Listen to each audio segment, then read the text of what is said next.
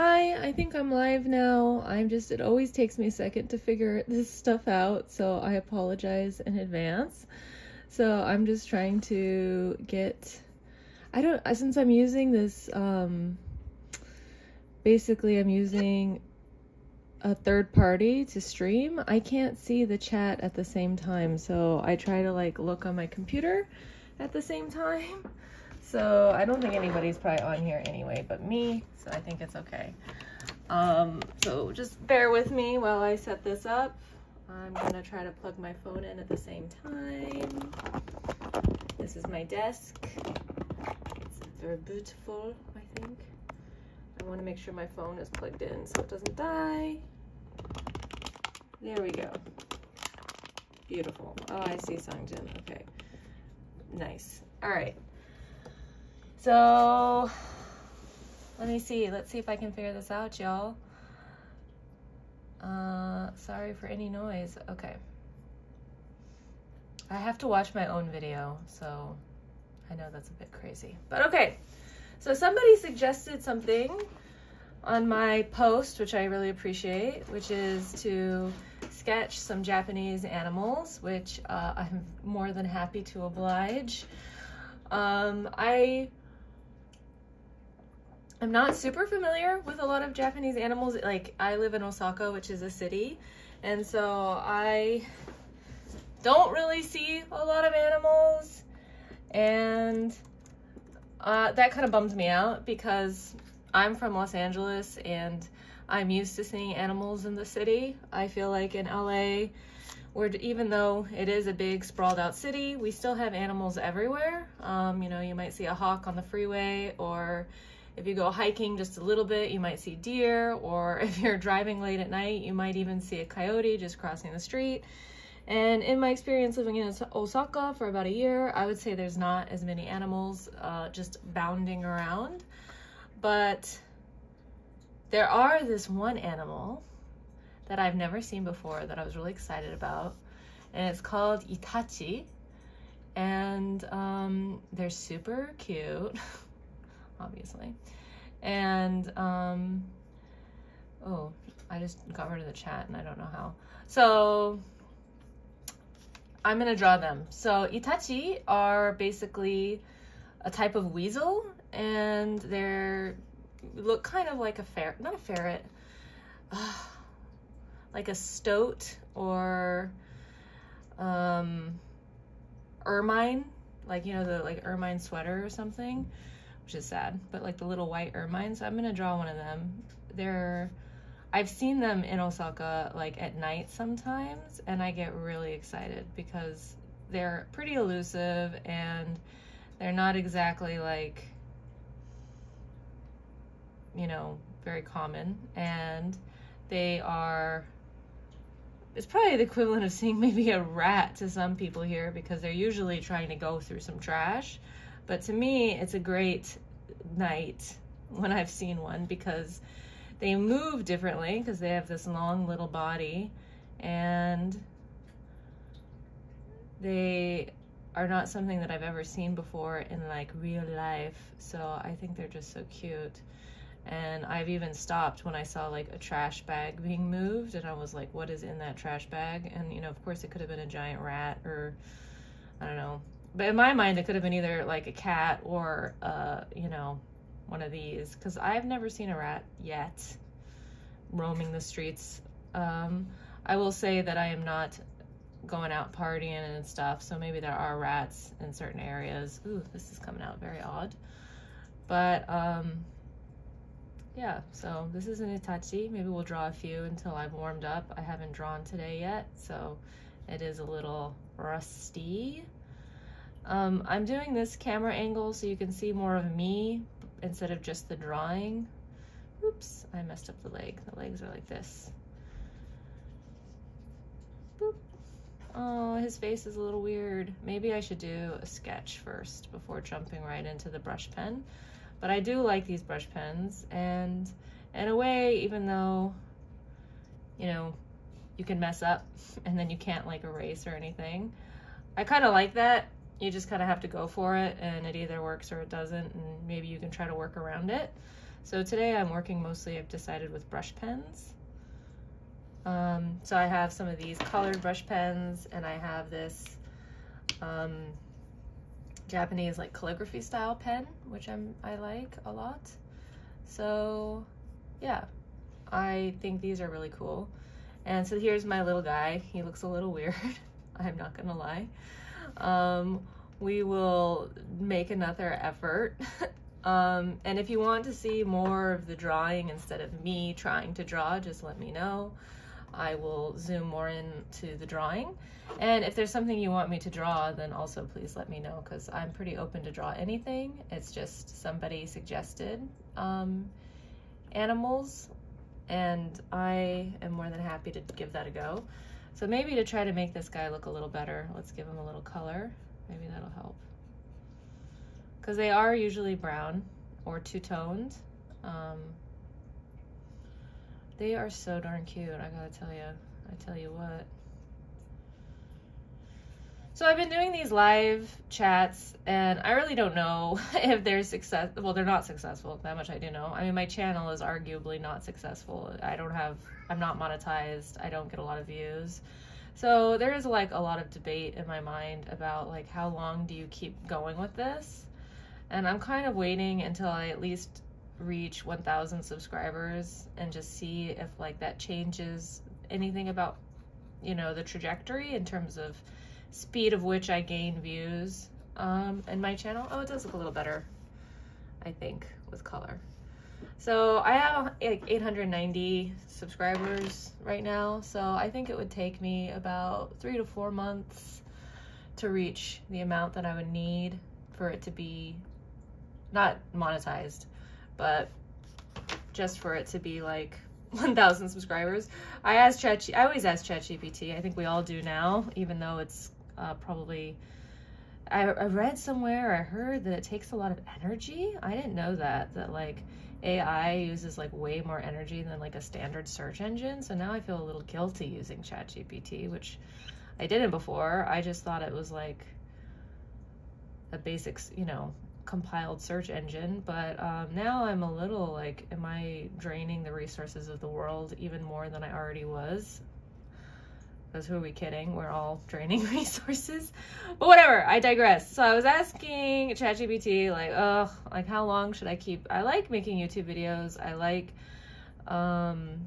it's really fun when I'm in the process, and then it's just really disappointing when they flop. Like my last video just really didn't perform well at all.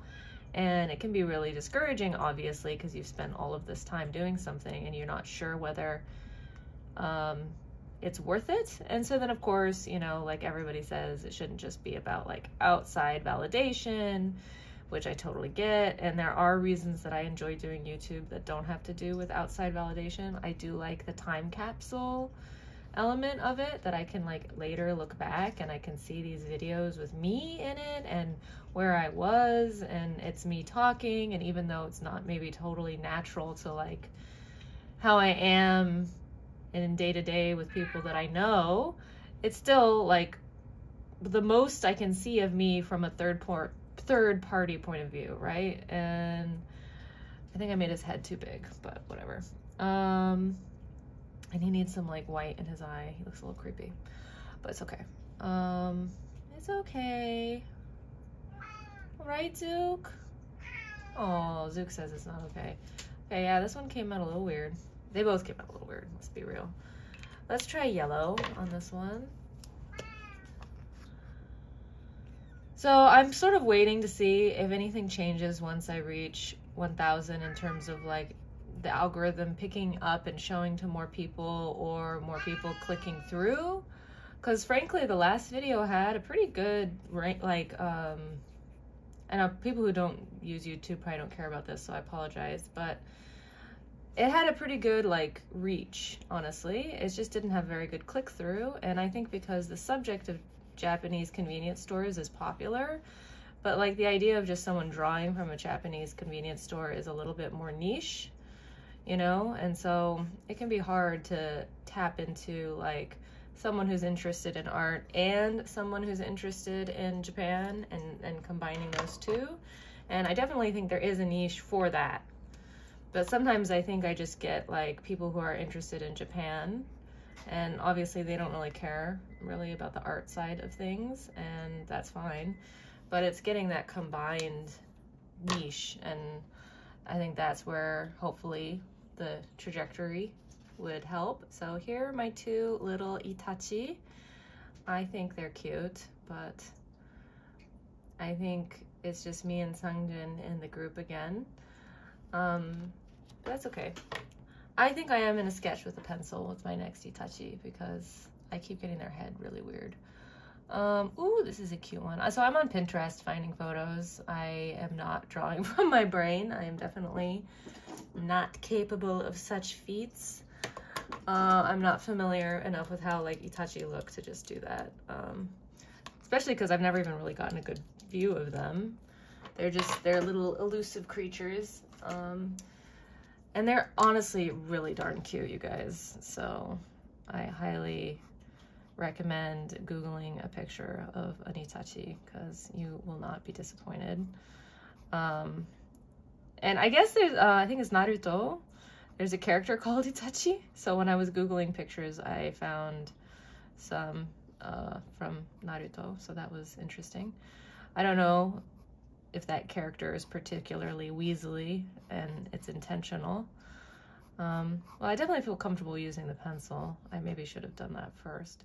But when I then go over with brush, it sometimes like loses a lot of the mood. So I don't know. But yeah, so I guess I'm talking about YouTube, which can be a little boring once you're already on YouTube, but it's something that I've been thinking a lot lately because I am a little overwhelmed with a lot of other things that I've been trying to do. Mainly, you know, I'm in school in Japan, and I think my heater just turned off. Why? It's cold. Okay.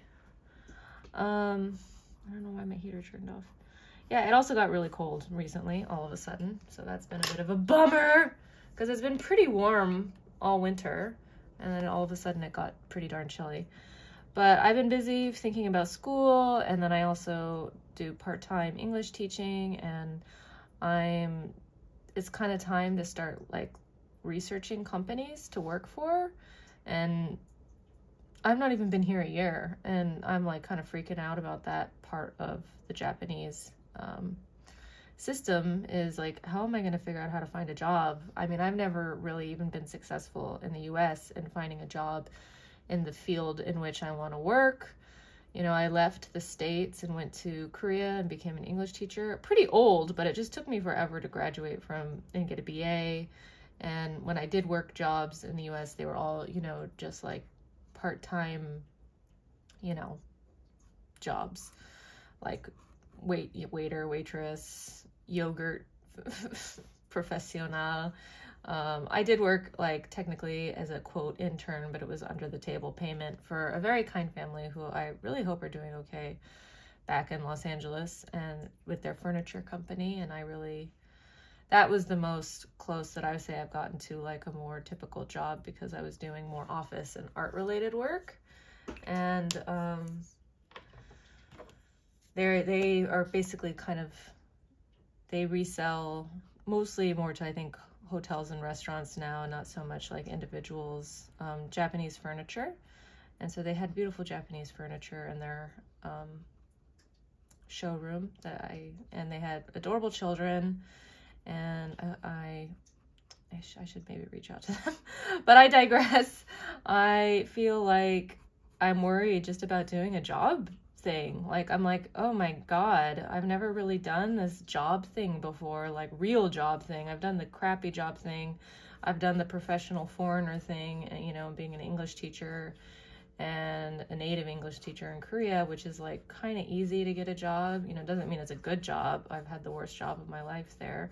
But like, I've never really had to really put myself out there really hard and really push like this. Oh, this one came out the best for sure. Look at him. Oh, he's so cute. Oh man, this one definitely came out the best. Look at it. Look at him. He's a cutie. It's a little Itachi. Yeah, I think that one came out really well. Maybe I'll draw a couple more, but if you're curious, I'm just gonna write itachi, itachi. Oh shit, is it chi like that? Yeah, okay. So this is katakana or hiragana. I saw it spelled in katakana though, so I don't know why. Let's draw another one while we're at it. Oh, so cute. And I think we're going to keep doing the pencil first because I feel like I had better luck with that. Oh my god. I don't know if anybody else uses Pinterest, but it can really turn into I can really turn into just a time suck for me because I see so many cute little pictures. Oh my god. Okay, this post is written in Hebrew, so I'm not sure if this is an actual Japanese one, so we won't use that one, but okay, we'll use this one. So yeah, so the reason I go to a senmon gakko, if anybody is interested in like looking into Japanese education or getting education in Japan. So I don't go to a 4-year university. I go to a senmon gakko, which means it's like a vocational school. It's not a 4-year school, and I don't think, it's not as prestigious, I guess, as going to a real university. And I didn't really know that. I guess I should have known that. But it's kind of sucks for the Japanese people who go there, like they don't necessarily get as much pay because I have an English student or a student that I teach that's Japanese, and she went to a senmon gakko, and she said the payment was lower than if you had gone to like a 4-year college, even if it was the same position. And so that kind of blows. But since I have like a college degree from the US, my situation is probably different. But what my point is the reason I went to a senmon gakko as opposed to like a grad school was I wanted to get more help really with the job searching part, and that's really what I thought that the senmon gakko were supposed to be helpful with, is helping you find like really a job, because that's really sort of like their trade school, so they should really be helping you find the work as well as getting you prepared for the work. So there's a career center at my school, and I've met with the woman twice now in a pretty short period of time. I definitely should have reached out sooner.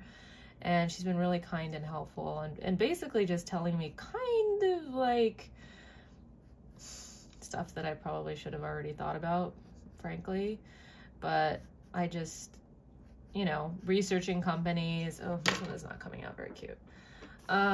Researching companies, looking at their site, and I guess you can even look at like past hire seasons that they've had, like how they posted it the year before, and so you can see the kind of job titles that they looked for before, and so you can kind of get familiar with what they've looked for before, even if they don't have a post for the current year, so you can kind of prepare for it. And then you can also sort of know, like they may say on their profile, like looking for graphic designer for goods. But then if you click at the post from the year before, it might actually, if you look at the job description, it might say like illustration and like Photoshop and, Adobe Illustrator skills. And you go, oh wait, like this is not just graphic design. This is something that maybe could be like broader and I could apply for it. So she was really encouraging about looking at that. So the site is, I think, My Nabi. If anybody's curious, I could post it at some point. I will talk maybe a little bit about my job searching experience once I start really giving it a go.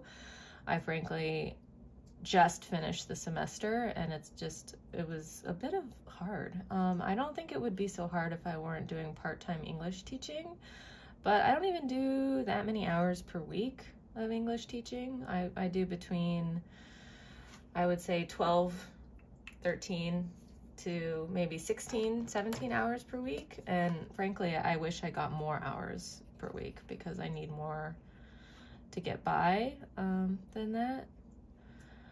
So this is an Itachi. He's very cute. Oh, I should write it in Roman letters too. Okay, the best one came out was my third one, I think, that I drew. So I think that's it for Itachi for now. I think it's just me and Sung. Okay, so we have Itachi. So if there's anything you want me to draw, please let me know, and I'll try. I'll try to draw whatever you want. I'm open to giving, as long as it's nothing offensive. I'm open to drawing whatever anybody wants. So it's called an Itachi. So that's what they're called. This is my little Itachi spread. So they're Japanese little weasel, and I've seen them in Osaka going through trash, running about, usually at night, and they're cute as hell. I really enjoy them. This one clearly is the best one. That one's a cutie.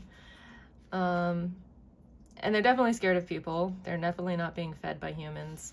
Also, like, very disappointingly, the street cats here are very elusive. It's unlike Korea, where I feel like you could see street cats and they were pretty friendly. Not all of them, of course, but like you could find a street cat that was pretty darn friendly. So that disappoints me about Japan. I thought the animals would be, especially street cats, because I see all of these. I follow all of these like cat accounts in Japan, but real street cats, at least in Osaka, are not nice. They're not mean, they're just elusive. So next I'm gonna do a deer. So I live in Kansai area, which is, I live in Osaka, and I think I will sketch a little bit first. And if you know, Nara is nearby. It's in the Kansai area, and they're well known for having this like whole deer park. And I haven't been there since I've moved, but when I did go on vacation there the year prior, when I still lived in Seoul with my boyfriend, we went together during my like school break. I was working in an elementary school in Seoul, and we went to Osaka and we checked out Nara for the day. I wanted to go to Nara. That was sort of my choice. And because I kind of wanted a kind of countryside, quieter trip. I didn't really want a big city trip, but it turned out that we went during Golden Week, which we didn't really think about.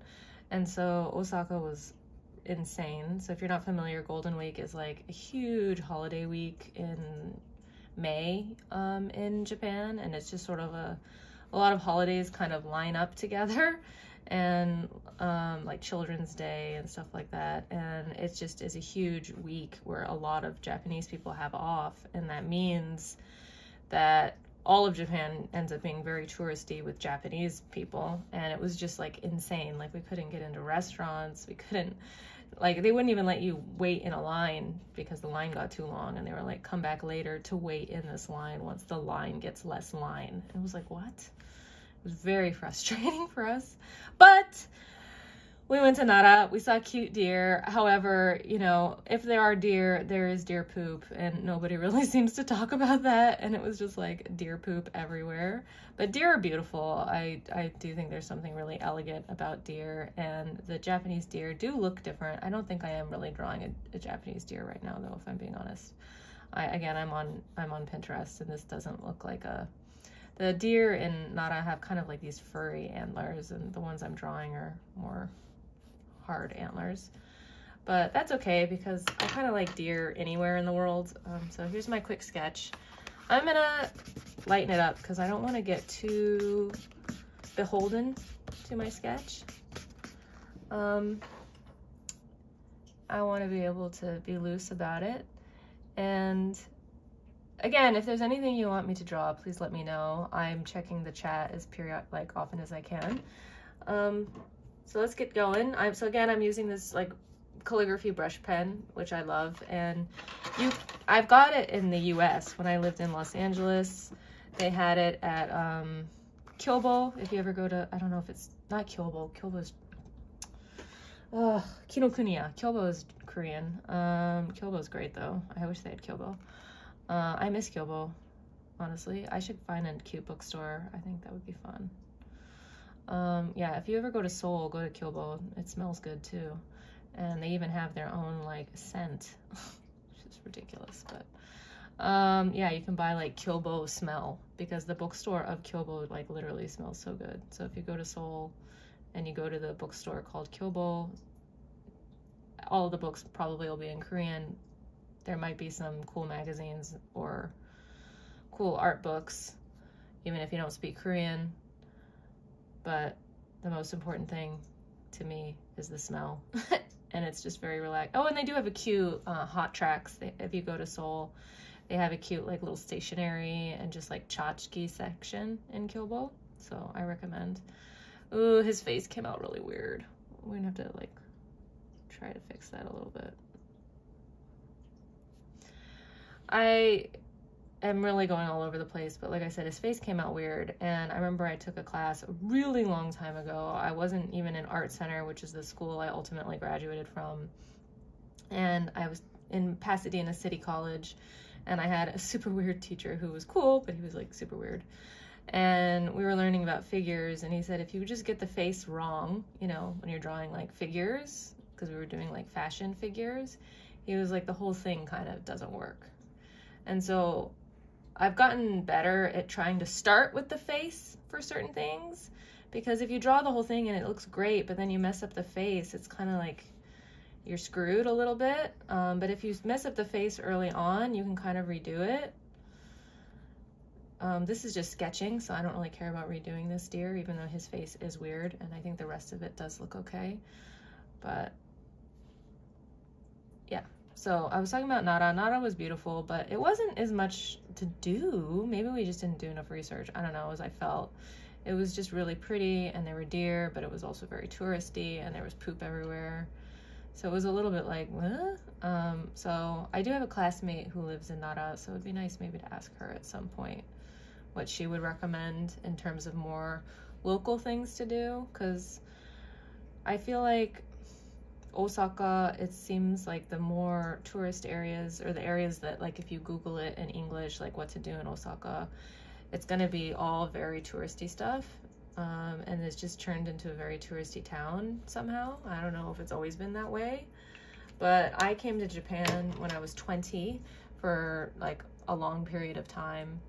And oh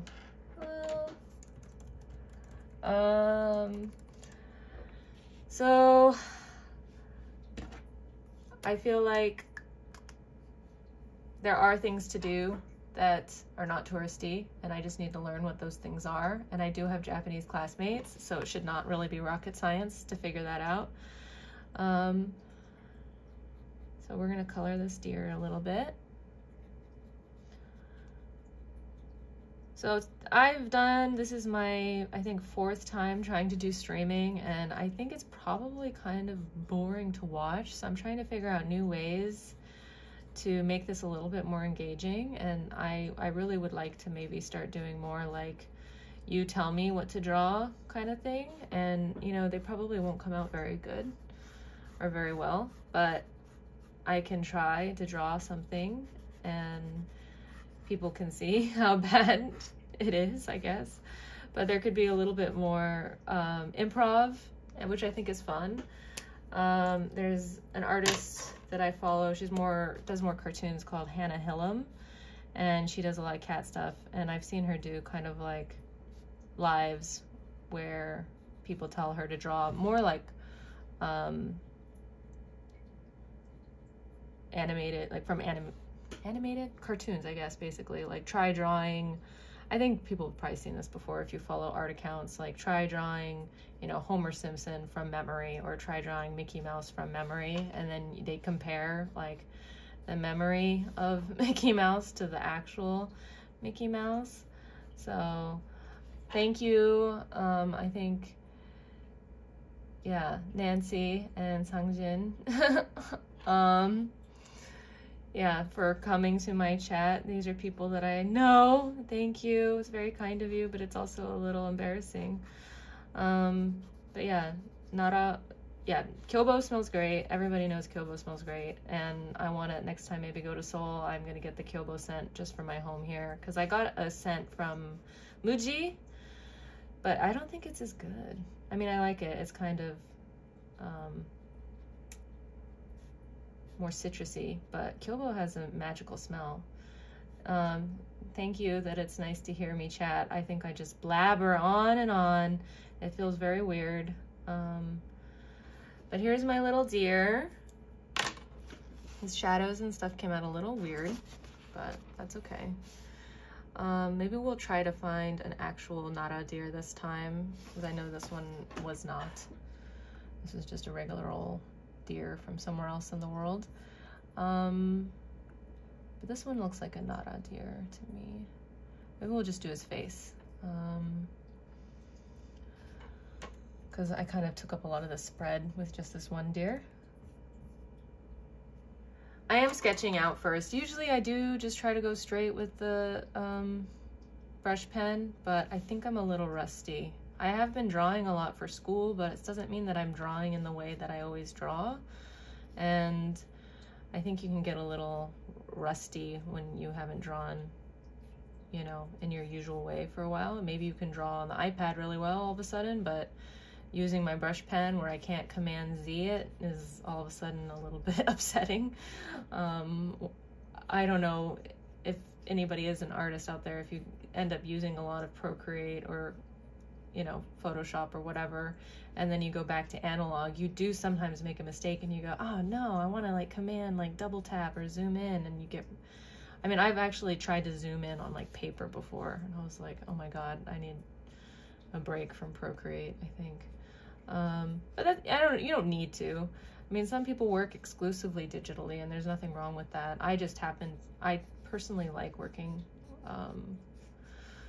with not real, it's all real, but I personally like working analog sometimes, and because I like the mistakes that you make, and I like the texture, and I'm not very good at getting the texture in Procreate. I know there are ways, and I will learn them at some point.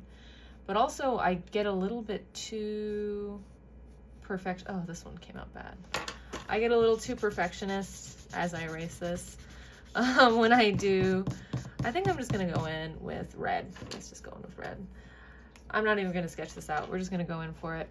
I think you can get a little too perfectionist for me when I use digital stuff, because you can keep Command Zing your way back, and you can keep zooming in more and more and more. And whereas when I use, you know, brush pens or something like this, once the line is down, there's not much I can do except try to work around it. But this deer is looking funky. It's okay. And he's red, so he maybe looks a little demonic, but it's okay. So I was listening to a podcast, and I did not know, but Denver Airport in the United States has like a lot of artists' work, and one of the big like pieces there is this giant blue horse at Denver Airport in the United States, and it has a name that now I don't remember. Like, it has a nickname and it has the actual name, but it looks terrifying in a cool way. I think it looks really cool, but I can understand why some people would maybe be a little bit off put by it. But if you look up like Denver Airport, like blue statue or blue horse, it's this giant blue horse like on the like tarmac. It's like not inside the airport, and it has red glowing eyes that you can see like from the airplane. And tragically, the man, I don't remember his name, I'm sorry, but the artist who made it was even killed while making his statue. It like I think the head came off while he was working on it, and it crushed him. And his children helped complete the statue after his passing. And I think it's a really cool statue, but some people are like, it's demonic, because it's America. A lot of so yeah, this deer came out weird, but let's go with it. Let's try shading it and see what happens. I don't know if you can even really see it. I'll try to. This is the weird deer. He's coming out pretty funny. I'm checking the chat now. Yeah. Show my drawings closely, but I'm trying to show, like, look at my hands. Oh. Okay, we can show my drawings a little more closely. I noticed that my first stream actually did the best, and I don't understand if it's because there was more of me in it or if it was just timing. but I will try to show my drawings a little more closely. So this is my deer. So I'm drawing Japanese deer. However, the first deer I don't think was the Japanese deer. And then the second deer is looking a little demonic. But let's go with it. Demon deer. Or it's okay. And I can make changes to it. Maybe we can lean into the demon deer. I don't know. But deer are beautiful. I know, I guess they're nuisances in some parts of the US. I've heard, like New Jersey and stuff. But I don't know. Whenever I saw a deer, to me in California, it was always pretty magical. And I went to Art Center College of Design in Pasadena, and it's kind of in the arroyo of like California mountains. And so we would see deer all the time when you would go up to Hillside campus. And sometimes you would see babies. You'd see a little fawn with their mommies. And like everybody would slow down to look at them, even though it was like not necessarily a new sight, but it was just, it's always sweet. I think it's always sweet when people see babies. I think it's so funny how humans react to kind of baby animals, because we eat animals kind of without thinking about it. But I lived in Seoul, in Gwanak-gu, and there was this stream that I don't remember the name of, but there was a stream near our house. And the 2 or 3 springs we were there, the baby ducks, you know, they were baby ducklings or little ducklings. And the way everybody would stop and look at them and talk and coo all over all of these cute little baby ducklings swimming in the stream. And it was, I don't know, I found it very touching, honestly, the way humans just really react to nature and immediately. Like we immediately kind of want to kind of protect it when we see it like that. You know, when you think of it abstractly, maybe some people don't think about it, but as soon as you see the little baby ducks in the water, you know, if somebody had gone in to try to like take a baby duck, everybody would have stopped that, you know, that person, because everybody was cooing over how adorable they were. And then of course people eat duck and they don't think about it. But after seeing all those cute ducks, I was like, I don't think I can eat duck anymore. They're so darn cute. I can't handle how cute they are. So it's not a big loss, because in an American diet, we don't eat duck a lot. So I just don't eat duck anymore. I shouldn't eat any animal if I was really being true to my heart. But this deer came out better than I thought. See, you just gotta stick it through. I mean, it doesn't look like the picture. I'll be real with you. Let's be real. But sometimes there's like really ugly stages of drawings. But if you just keep going with it, it sometimes comes together better than you had anticipated. And then other times, maybe you spent all this time on the sketch and then you try to finish it, and I think you get really stiffened up. I think this looks a little stiff. So there you have it. So there's my new deer. I think he looks cute. It does look kind of blurry. I don't know what to do about that. So I think my deer looks cute. No? So shika. Shika is deer in Japanese. Let's draw one more. I think we can fit another face here, maybe. I think I'm going to keep this stream shorter today, because whenever I've tried to do streams in the past, they've ended up being super long, because I just don't seem to have a good notion of like, I don't plan these. That was the whole point of doing streams, was that I could try to put out content without having to do the editing, and I could still get some views and still kind of get used to talking to the camera and try something new. But I'm not sure whether it is the best thing. I definitely don't get a lot of views, and I don't really think that it's very interesting to most people, and I don't want to make content that's just boring as hell, obviously. But I do think it's good for me at the same time, because it does get me to like I said, get more used to talking to the camera, and I do end up drawing something that I probably would have wanted to draw anyway, and I just have the opportunity to share it a little bit. I do wish that it wasn't blurry. I know I can see that it's a little blurry. I can change the camera a little bit. So I do use my phone, so camera is generous. This is all filmed on the phone, of course, the cellulars, because I do not have a camera. I'm not willing to invest money in my YouTube, until I at least reach monetization, even if like monetization doesn't actually pay anything significant. I at least have this like feeling that there's a potential there. Whereas, you know, right now, I still don't know if there's really a potential for me and YouTube to live a harmonious relationship. So we'll be sticking with the phone for now.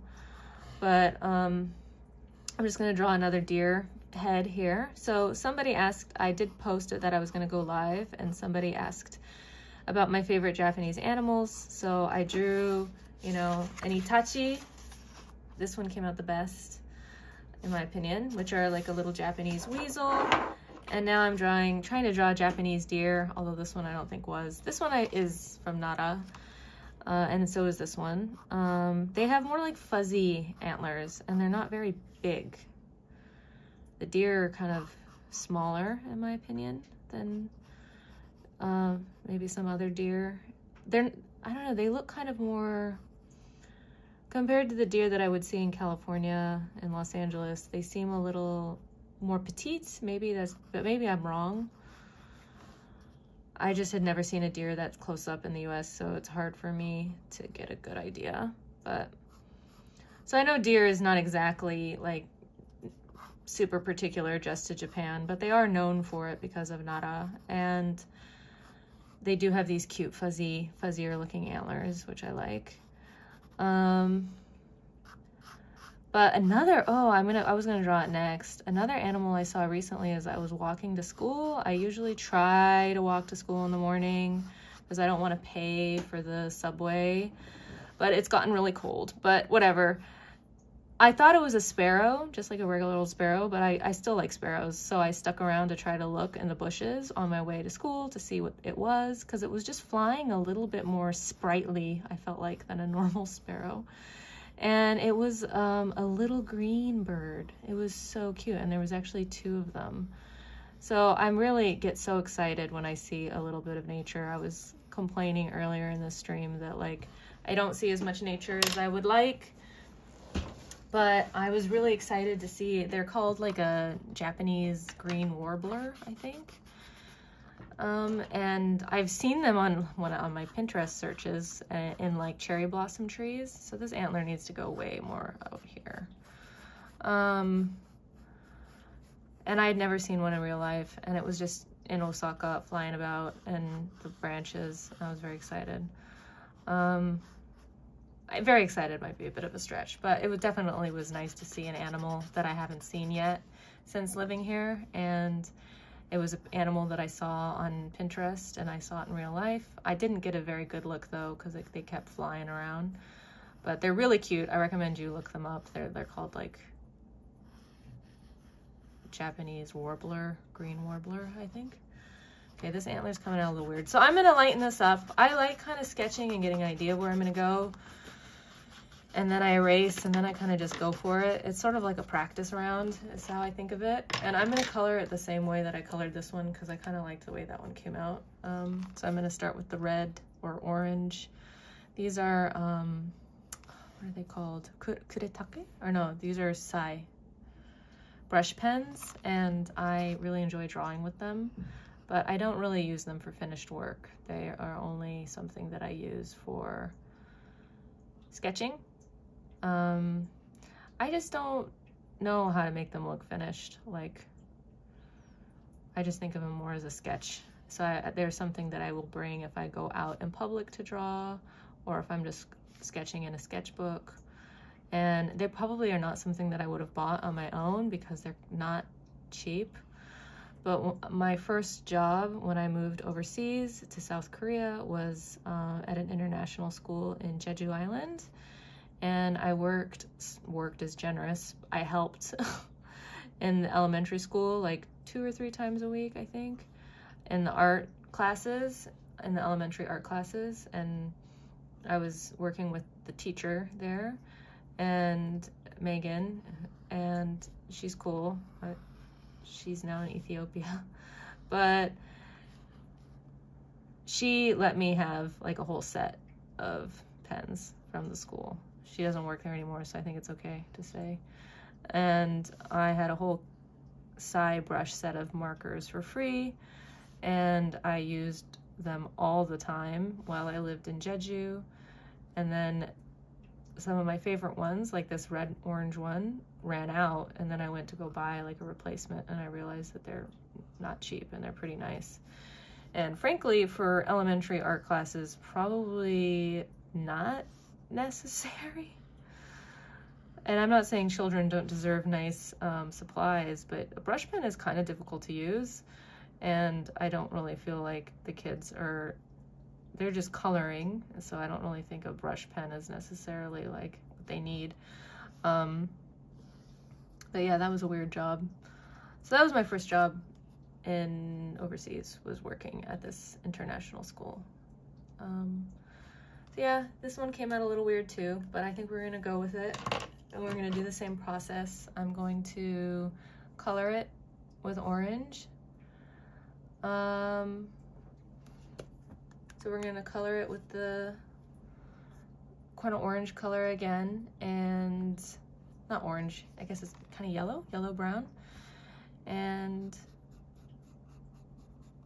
see where it goes from here. Again, I'm using pictures from Pinterest. These are not from my brain. I know some people, there's always this like argument with artists, like, do you use references? But I don't feel like artists usually have that argument, because I think artists know that you kind of need references. But like, I know that other people who don't know, who don't make art, will be like, oh, well, you copied it, or it's not your idea, or whatever. But to learn how to see things, like if I've never drawn a deer before, to just draw from my brain is really doing a disservice, I think, to me and the deer, if I really want to learn how to make a deer. Obviously, it's okay to draw just from your brain too, but if I really want to learn how to make a deer, then it's okay to look at a deer. And then if I keep drawing deer again and again and again, it's sort of going to become sort of my dictionary of things that I can do, is drawing a deer without having to look at a picture of a deer. So I like looking at references, but I also believe that you should be able to stylize and change them how you see fit. This is something I've sort of struggled with a little bit, sometimes with one of my teachers who I really like, but like I'll draw a flower and I'll kind of stylize it, and she'll ask what kind of flower it is, and I'll tell her, and she'll sort of tell me how to draw it correctly. And I'm like, yeah, but I don't know why the like flower needs to look exactly like that flower. But sometimes she has a point. I think that's the thing that I'm trying to learn, is when do you stylize something and when do you tone it down, or when do you do it this way. Like, for example, I had a sketch that really didn't work out, and I finished it and I still didn't like it, and I didn't understand why it wasn't working, because I felt like I shaded it the way I wanted. I felt like the leaf looked good. I felt like the figure looked good. It was like a man sitting on a leaf, and it just wasn't working. And her advice was basically that the man was drawn very realistically, like not super realistic, but like something that could exist in real life, whereas I had really stylized the leaves and had made them very flowy and stuff. And she said the two styles didn't match, and I hadn't thought of that, and she was totally right, because I'm comfortable with stylizing leaves and stuff because I've drawn a ton of leaves, but I was not comfortable stylizing a man sitting playing a guitar, for example. And so I looked at images and I had followed them very closely. And so I feel like that was really accurate advice that I'm trying to take more into consideration now, which is when do I stylize something and when do I keep it more realistic, or if you're doing two different things in the same drawing, is there a reason why, or does it look weird, you know? Like, unfortunately, this deer didn't come out as well as I think the other one did, but that's okay. I think I need some white on this one. I maybe will go back later with some white paint because I liked the way some of the white came out on the face on this one. So, yeah, so here are my deer. So these are also an animal that I like in Japan, and I think they're really beautiful in general. Who doesn't like a good deer? They're very pretty. And I like these 3 colors together, so I think I'm going to keep doing that. So I have one more animal. I was going to draw a crow, but a crow doesn't really, well, a crow could work with these colors. Because a crow is another animal that I see a lot of. I guess we can just go black. So a crow is another animal that I see a lot of in Japan, which maybe doesn't sound that special, but they are, I looked it up. They are a long-billed crow in Japan, and they are kind of terrifying. They're huge. I can't believe how big they are. They're such big critters, and I think they're beautiful, but they also are kind of intimidating. I saw one the other day pick up like a trash bag that I think had popcorn. It looked to me like a popcorn, like microwave popcorn bag, and he just flew away with the entire bag of popcorn. And other people were looking at it too. It was pretty impressive. But they just are really big, and they've just got these really large beaks, and when they blink you can actually see their eyelid. And we have crows back home, but they're not quite as massive as these crows. So I think we'll just be focusing on his head because I don't think I'll have space for the whole body here. So yeah, they're really cool. But I have like a little veranda where I dry my clothes, and I really wanted to in the summer make it kind of like a cute veranda that my cat could also hang out on. But I'm a little afraid like leaving my cat outside with like these giant crows. Just for some context, my cat is paralyzed, so he can't really move that quick. And so, you know, he can move. He can move his front legs and drag himself around, but his 2 back legs are unfortunately not totally paralyzed, but his left leg is pretty useless, totally useless really, and his right leg is stronger, but point being is he can't move all that quick. And so I'm a little reluctant to let him outside, at least unattended, because I was planning on letting him going on the porch unattended. Not porch, it's kind of like a balcony, but I don't think I'll do that now, because, and it's not like it's a gate, it's a wall, so it's not like he would fall anyway. But so even though this is a black crow, I am going to start with the red pen because I just sort of liked the way that came out. So crow in Japanese is, I believe, karasu or kurasu. No, karasu. Kurasu is class. So hopefully I'm right. If you're Japanese or you're studying Japanese and I'm wrong, that's very embarrassing. But I'm pretty sure I'm right on that one. So karasu or karasu or crow. So speaking of Japanese, I am trying to study a little bit every day because, as I mentioned, I really need to start doing a job search like now, because they already start doing recruiting as soon as March, which is crazy to me. I don't feel prepared for that at all. And I wanted to try to pass the Japanese level proficiency test, also known as the JLPT. I wanted to pass the highest level. The highest level is called level 1. They go backwards. So in the US, it would be level 5, you know, like the highest number. But in Japanese, you want to be number 1. So ichiban is ikkyu. And I have passed nikkyu, which is level 2 and 2.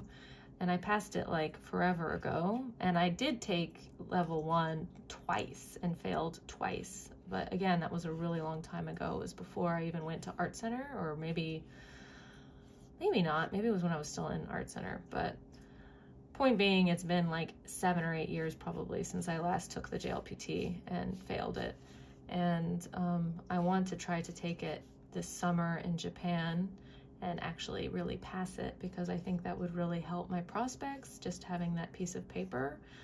But maybe I've been really reluctant to study because it's so boring. Studying from the textbooks, I have, if you're familiar with studying Japanese, I use Kanzen Master, and it's like boring as hell, man. And so I decided to be easy on myself, I guess. And I instead bought a huge set of manga from Merukari, which is like a used product. You can buy used products on there. And I bought a huge manga set that I watched the anime of, but then they didn't make like a second season. It's called Kurage Hime. It's totally, you know, shoujo girl manga like style. But it's not super sappy, at least when I was watching the anime. It's sort of like nerdy girls living together, and then they kind of focus on one girl who's really obsessed with jellyfish, which is Kurage.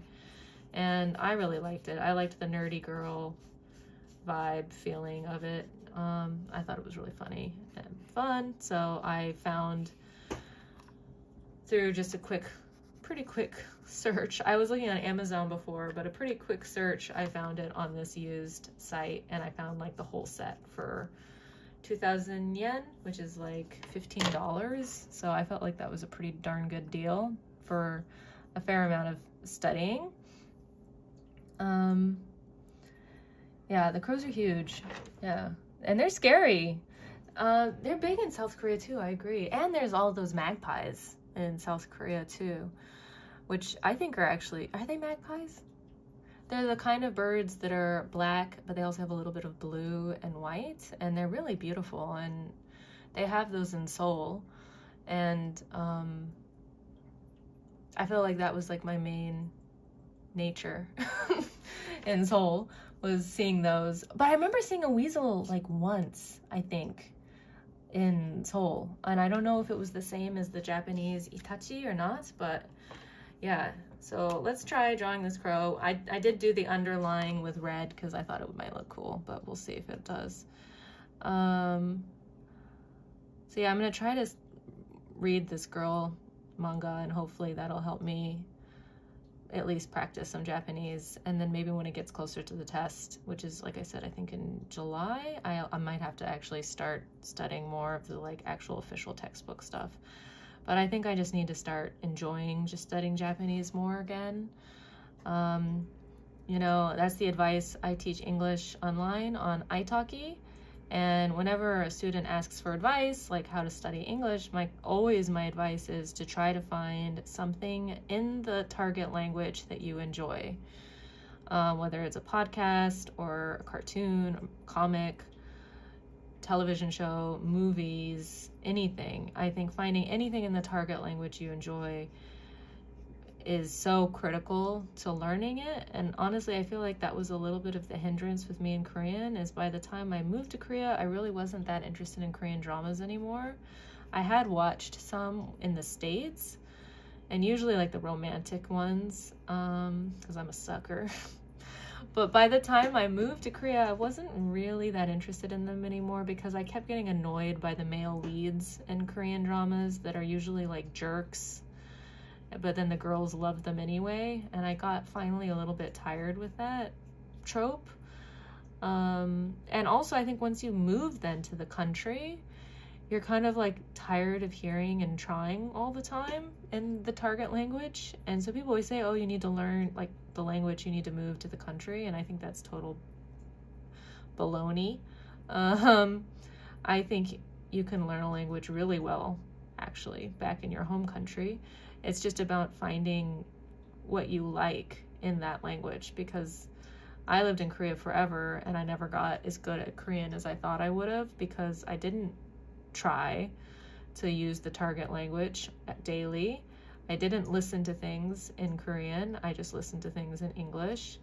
And I didn't have a TV most of the time that I lived there. Part of the time I did, but then I still just streamed, you know, YouTube. So point being is finding things in the target language that you like. And when I lived in the US, I did used to watch 안녕하세요, which is Korean TV show, but I also burned out on that because it got a little too depressing. 안녕하세요 is sort of more of a reality show, panel show. I call it like Korean Dr. Phil, but people come in with their problems, with their komin, and then like the panel of hosts sort of talk to the person who says that it's a problem, and then they talk to the problem person, and then they decide if it's a komin, you know, komin입니다, komin 옵니다, 없습니다? I don't remember. But my point is, like, I used to watch that, but then I got burned out on that because it was like everybody was like a problem, and usually it was like these fathers who, you know, were either alcoholics or spent their whole day fishing or never helped around the house, and that was like a really common theme. Or there was like some depressing ones, like a little kid coming on and their mom calling them ugly and stuff, and it was just like I kind of burned out on that show too. So my point is finding something in the target language. So if you do like Korean dramas, more power to you. Watch Korean dramas, watch K-pop, and that'll really help, I think, because it'll make you want to learn. And for me, I haven't been that interested in anime and stuff lately, so I haven't been watching things or listening to things in Japanese, but I have been in a different situation where I'm not teaching English.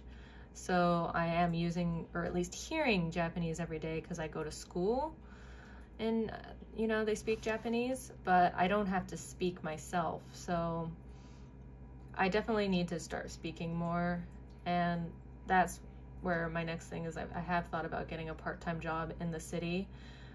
And I do start, and this is another advice I give my English students, is talk to ChatGPT, man. I know it's not the same thing as talking to a human, but it can actually help you. It at least keeps you warmed up in talking. And if there's a word that you don't know, you can ask it easily in your native language. And you don't feel shy talking to ChatGPT because it's not a human. And it just keeps you a little less rusty, I think. So I'm trying to talk just a little bit to ChatGPT every day. The problem is with ChatGPT is it's not giving you anything. If you talk to ChatGPT, it's just always going to say, oh, wow, really? That must be hard. Or, oh, wow, you worked really hard today. Like, it's not going to really give you much in the terms of a receptive human. But you just have to be, I just tell it my day. That's usually what I do. Like what I did today, what I want to do tomorrow, what I did yesterday. And then usually it turns into like me talking about other concerns that I have, and it gets a little more complicated Japanese. And then I can ask it, like, how do I say prioritize in Japanese? And so then I learn a new word, and then I try to remember it and use it next time. So I do think ChatGPT is actually pretty helpful. But I think I mentioned it in the beginning of this lesson.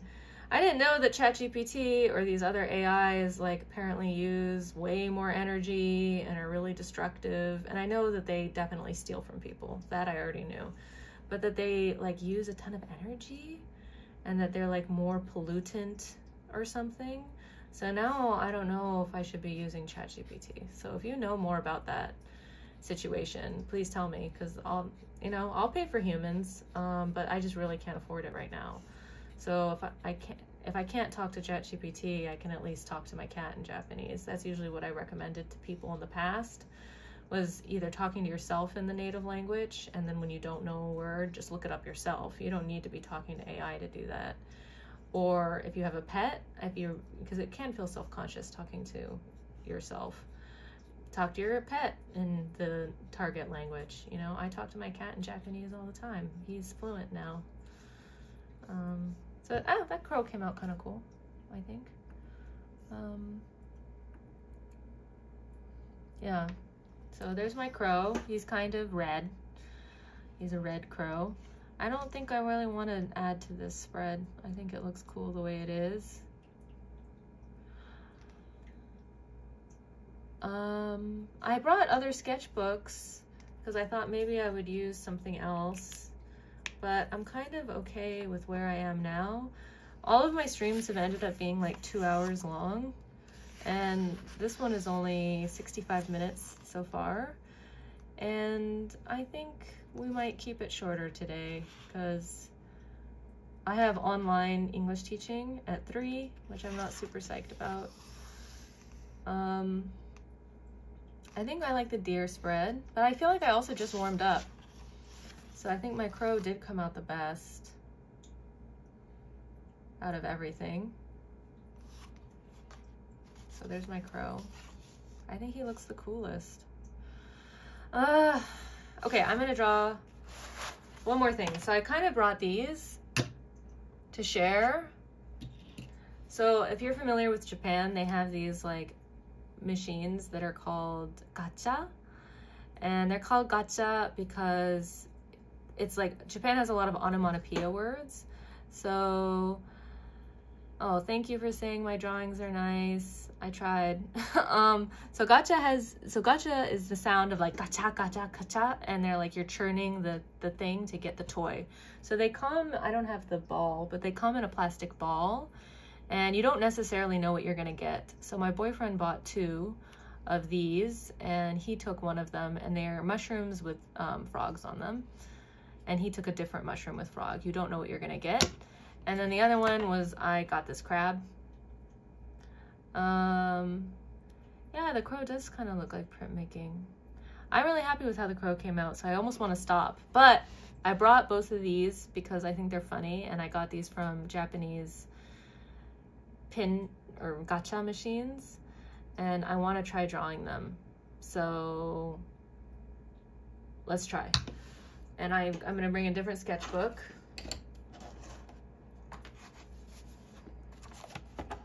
This sketch, I was going to use maybe ink with this, is what I was thinking. So I did bring some ink today. Or they're not really ink, they're watercolors. They're Ecoline watercolors. So we're just going to go for it. I think it's not going to come out super great, but I'm going to put him here so I can see him well. So this is actually a Japanese frog. I forgot what they're called, but it is specifically a Japanese froggy, and so I'm staying within the theme of Japanese animals. I am going to sketch it out first because I seem to be a little rusty with just going straight into ink. This is textured paper, so now I'm a little thrown off by that.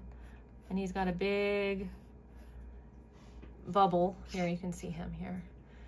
He's got a big old bubble on his chest. I don't know what I forgot what you call that. I'm sure there's a better word for that. So I love printmaking, by the way. So I'm glad that it looks like screen printing, because I used to do screen printing or printmaking in school, and I love printmaking techniques, and I love screen printing, and I just love the look, I guess is better. I can't say that I love the process because it just takes so long, but I love getting that look of screen printing and like digital work. I feel like I've done that a lot when I used to work more in just Photoshop and not Procreate as well. I would try to get a screen printed look by using different layers. Something that I used to do a lot was I would make things in black ink and then scan them and then colorize them in Photoshop. I'm gonna not put the stand. We're gonna make it look like it's a real frog. And then I would colorize it, and I would like try to make them transparent layers, like multiply layers. And I really liked that technique. I haven't been doing that as much anymore now that I have iPad. I basically just, you know, draw on the iPad, and I don't really try to do the screen print technique on the iPad, but maybe that's something I should look into, because I do really like screen printing. And I think, like, I love Pinterest, and I have a whole pin board, whatever, of just sort of what I call transparency prints, because they're not all screen prints, I think, but a lot of them are, and I really like that look. And I love like the look of old matchbooks from not even just, you know, Japan has some really cool old matchbook designs, but if you look up like old matchbook designs from like Russia too, there's some really cool ones. Just all around the world, there's so many cool like printmaking matchbooks. India has a bunch of really cool ones, and I love that I love it when they're off, you know, when they're off printed too. I know that's not what you want when you do screen printing, but when they are not, what do you call it? Basically when the screen print is not perfectly matching up and then they get off printed, they look so cool, I think, even though that wasn't the intention. Yeah, and Russian ones are really cool, like USSR ones, and then with the, you know, Cyrillic text. It's really awesome. Well, this is fun. I'm glad I forced myself to do a little bit of watercolor as well as the brush, because this was originally what I was thinking of doing today, was just drawing from these gacha machines, but somebody kindly posted or commented on my post asking to draw some of my favorite Japanese animals, and I can't say that this particular frog is my favorite because I've never seen it in real life, so that's why I didn't include him. But I would say the crow are cool, the Itachi are probably my current favorite, and deer are always cool. So that's the rule of deer. Deer are always cool. But I do think of like Louis C.K., if anybody is a comedy fan, and he had a whole thing about how like if you live in the city, people love deer, but then when you live in the country, you realize how annoying they are. Maybe that's true. I've never lived in the countryside, so I wouldn't know, but I still think deer are cool no matter what. I think they're just so ethereal. Maybe I just think most people feel that way about deer, but I obviously always think of like Princess Mononoke and the trees, you know, the spirit of the forest is a deer-ish kind of creature, and I think that's just something that I always associate with deer, and I just think they're so cool. So this is bleeding like all up. I probably should have waited for him to dry. It's like totally bleeding into the green, but I think I'm going to go over this with some pen at the end, so I think it'll be okay. Oops.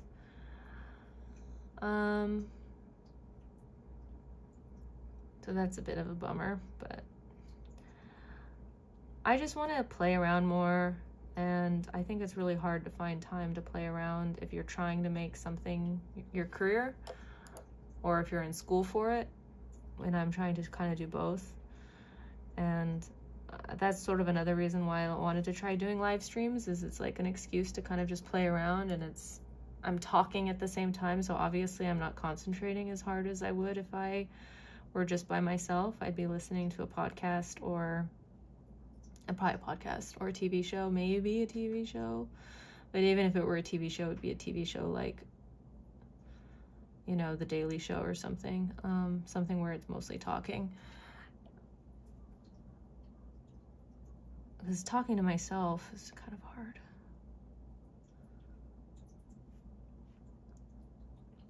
So what are the Amanita mushrooms? Who doesn't like an Amanita mushroom, right? Isn't that what they're called? Amanita? I think so. These red mushrooms with the white spots. Everybody loves these. They're so cool. Mine came out a little weird, but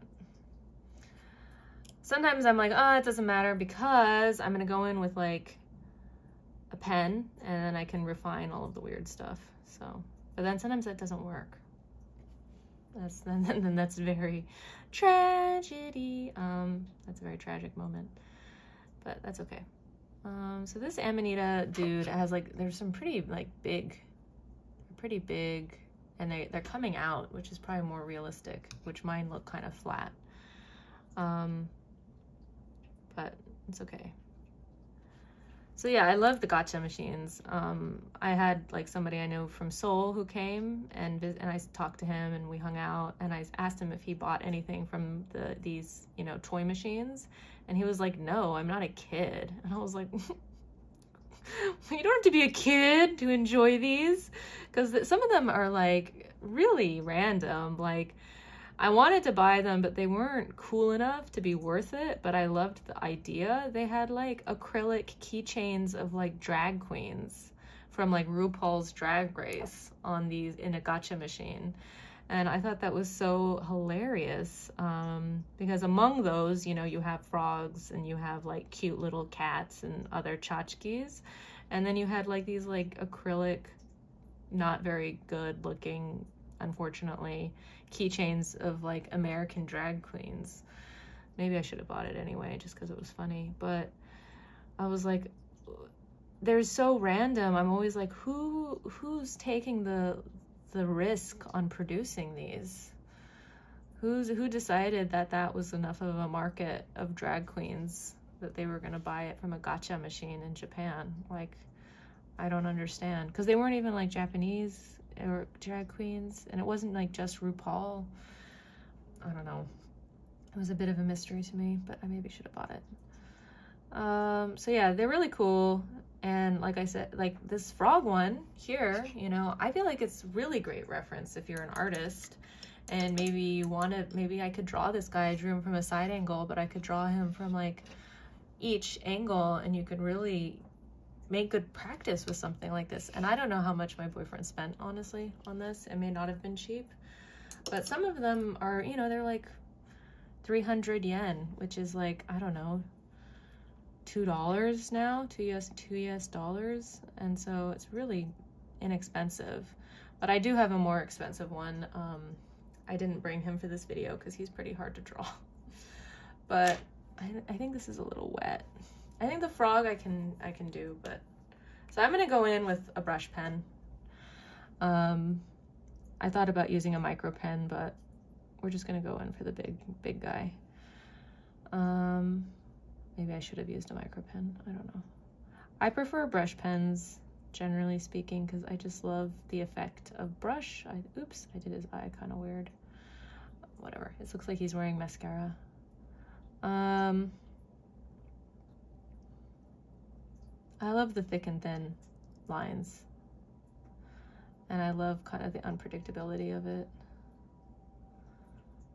But I don't know if this came out so well. Oh, he's so cute. The real one is so cute, though. He's just a little frog doing his frog stuff. Maybe I should bring this a little closer.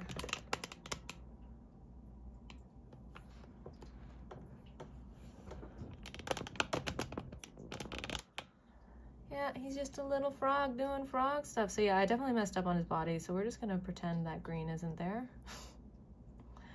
And I could go back with white, or if I scan this, I could change it, but I'll probably just go back with white paint later, because this isn't exactly like something I'm gonna put in a portfolio or something, so I don't think it really matters that I scan it or not.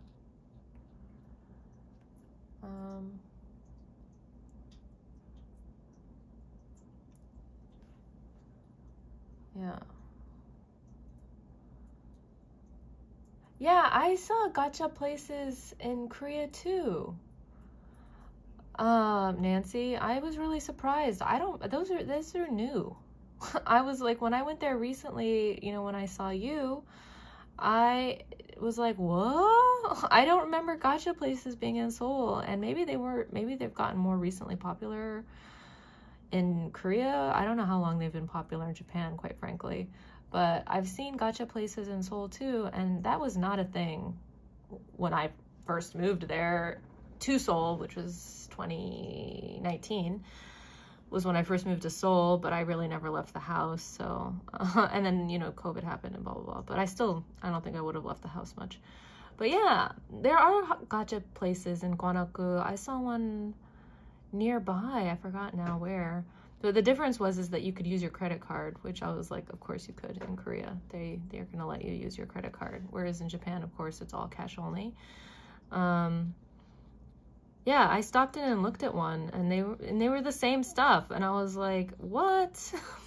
I thought I was special over here in Japan, but now they have all these cool gacha machines in Korea too, which is great. I love that these pretty cool toys. Like, and so specific, like, my boyfriend let me have the crab one because he really wanted, this is the crab, here you can see him, because he really wanted this like really creepy looking crustacean one, and which I would not have wanted that crab. I got the cute one as far as I'm concerned, and I like him, and I actually did use him to help me draw a crab. It didn't come out as realistic, but it definitely helped me as opposed to like finding photos, because you can turn it around and you can, his arms come off very easily, but you can move his arm, but it does come off kind of easily. I might show you, I have a really cool one. He lives on my, I put him on my telecom. I'm gonna go get him.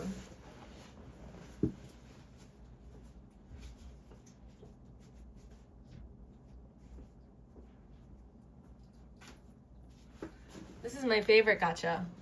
He's like a crested gecko, and I can't believe like how much this little guy, like this one was expensive. This one was 1,500 yen, but you can like open his mouth. You can change his tongue. There's changeable tongues. He has like 3 different tongues. He does come apart kind of easily sometimes too. But you can move him, and I've moved him around. I've closed his mouth. I put him on my telecom, and he looks like the gecko that I had with my boyfriend in Seoul, Ginkgo. So I really like having him around.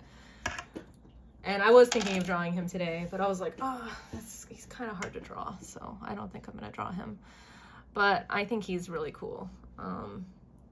And they're so much fun. So I actually I was thinking of making a YouTube video of going to some gacha place and buying a few things, because they also have like cute food gacha, like, you know, like cream sodas or parfait kind of gacha. And I thought about maybe going to a gacha place. Oh, yeah, he was able to fit because he came in pieces. Yeah, he comes apart. Yeah, so he's an assembled one, but very easily to assemble, thankfully for me. But yeah, he was expensive. He was more like 1,500, so like $12. So this was not a cheap one, but worth it. Honestly, when I didn't have my cat living with me, because he couldn't come right away, and I didn't have the gecko, and I didn't have my boyfriend, I felt kind of lonely. I'm not used to living without any creatures or humans, and it was kind of oddly comforting having this like little fake gecko around. I had him right where I came in through the door, and I found it kind of comforting to have. So I think this frog needs a little bit of shading.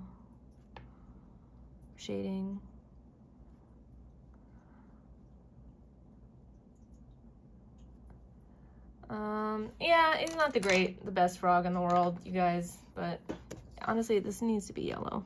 There's some yellow here, and he has some like kind of yellowish feet.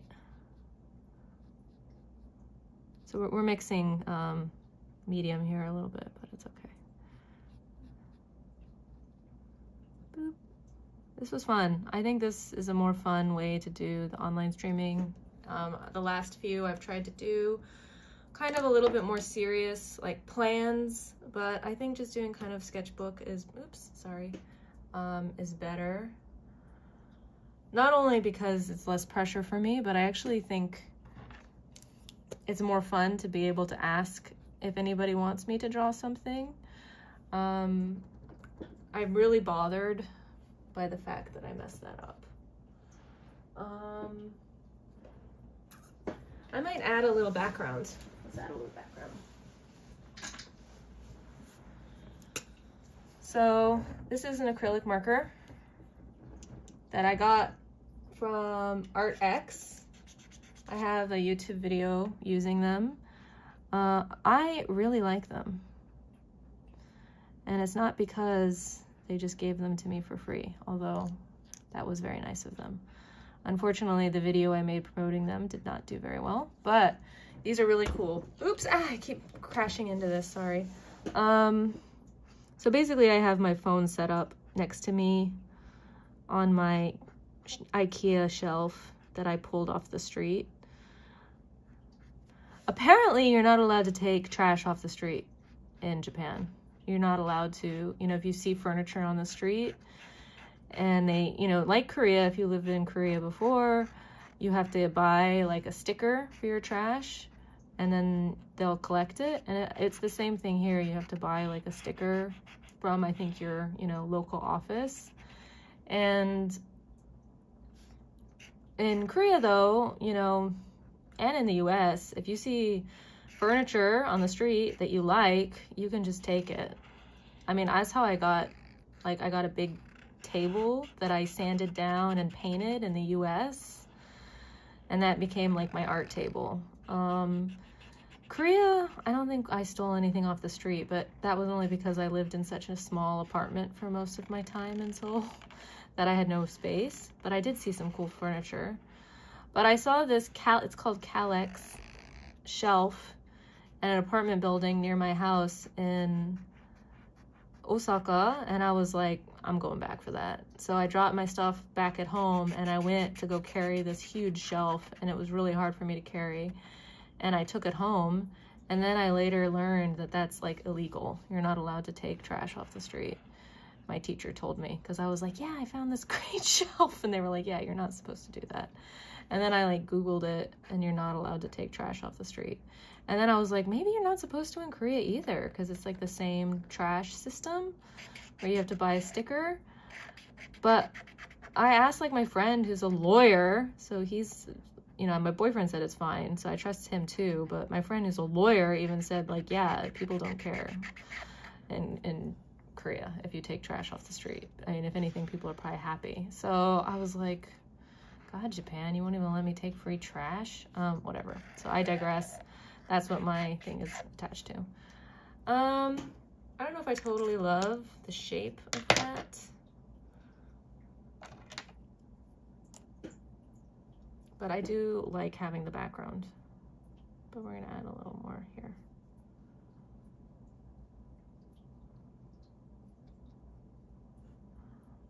I think it's cute. What do you think? Is he cute? I forgot what this kind of frog is called, but it is a frog that's found in Japan. I drew it for a calendar. So it's been an hour and 20, and I think that's enough. I'm going to just show what I drew today. So I drew this little frog right here. And I also drew these itachi, which are a Japanese weasel. I think they came out really cute. Well, not really. This one came out weird. But these three, not bad. Of course, the largest one came out a little weird. I think these deer look pretty. I think this one came out the best. I feel like it looks really pretty. This one I kind of want to go back in with some white and add some white around the eyes like this one and add some detail. My favorite from today, I definitely think, is the crow. I think he came out the coolest. So karasu crow. So it's a long-billed crow. That's what they have here in Japan. And then I just drew this little guy from my gacha machine toy. And I just want to show you a spread in this one sketchbook that I'm happy with, that I painted a long time ago, but I want to scan it and do something with it. So here's a spread that I made over a year ago, 2 years ago, and I just think it's so darn cute. I feel like it could be like a pattern, maybe. This one came out, and this is not watercolor paper, so it's a little warped. And so I feel like I could scan these 2 pages and make maybe a repeat pattern or maybe a spot illustration with this. But I'm really happy with this. And then the rest of the sketchbook is like random. I've been trying to practice drawing people in different poses. So that's most of the rest of this. Yeah, I've never drawn like kind of anime girl style stuff. So I'm trying to get better at doing that. All right, I think that's it for today. Thank you so much for watching my blabbing, and thank you, Nancy, for watching. I really appreciate it. It means a lot. And anybody else who is here, who I don't know or who didn't comment, I really appreciate you for tuning in. It means a lot to me. I'm still trying to figure out this live stream thing and this YouTube thing and just this life thing. So yeah, have a great, I think most people who watch my channel are in the North America region, so it's probably evening on Friday. So have a good weekend. If you're with me in Asia or in Oceania, have a good Saturday. So thanks so much for watching. I really appreciate it. And have a great day. Goodbye. Oh, and then I have to figure out how to end this. Oh, and look at my cup. That's important too. Look at this cup. Oh, it's so cute. It's a kitty cup. Oh, and a daruma. All right, thank you, Nancy. Enjoy your weekend. Now, how do I end this? Okay, bye everybody.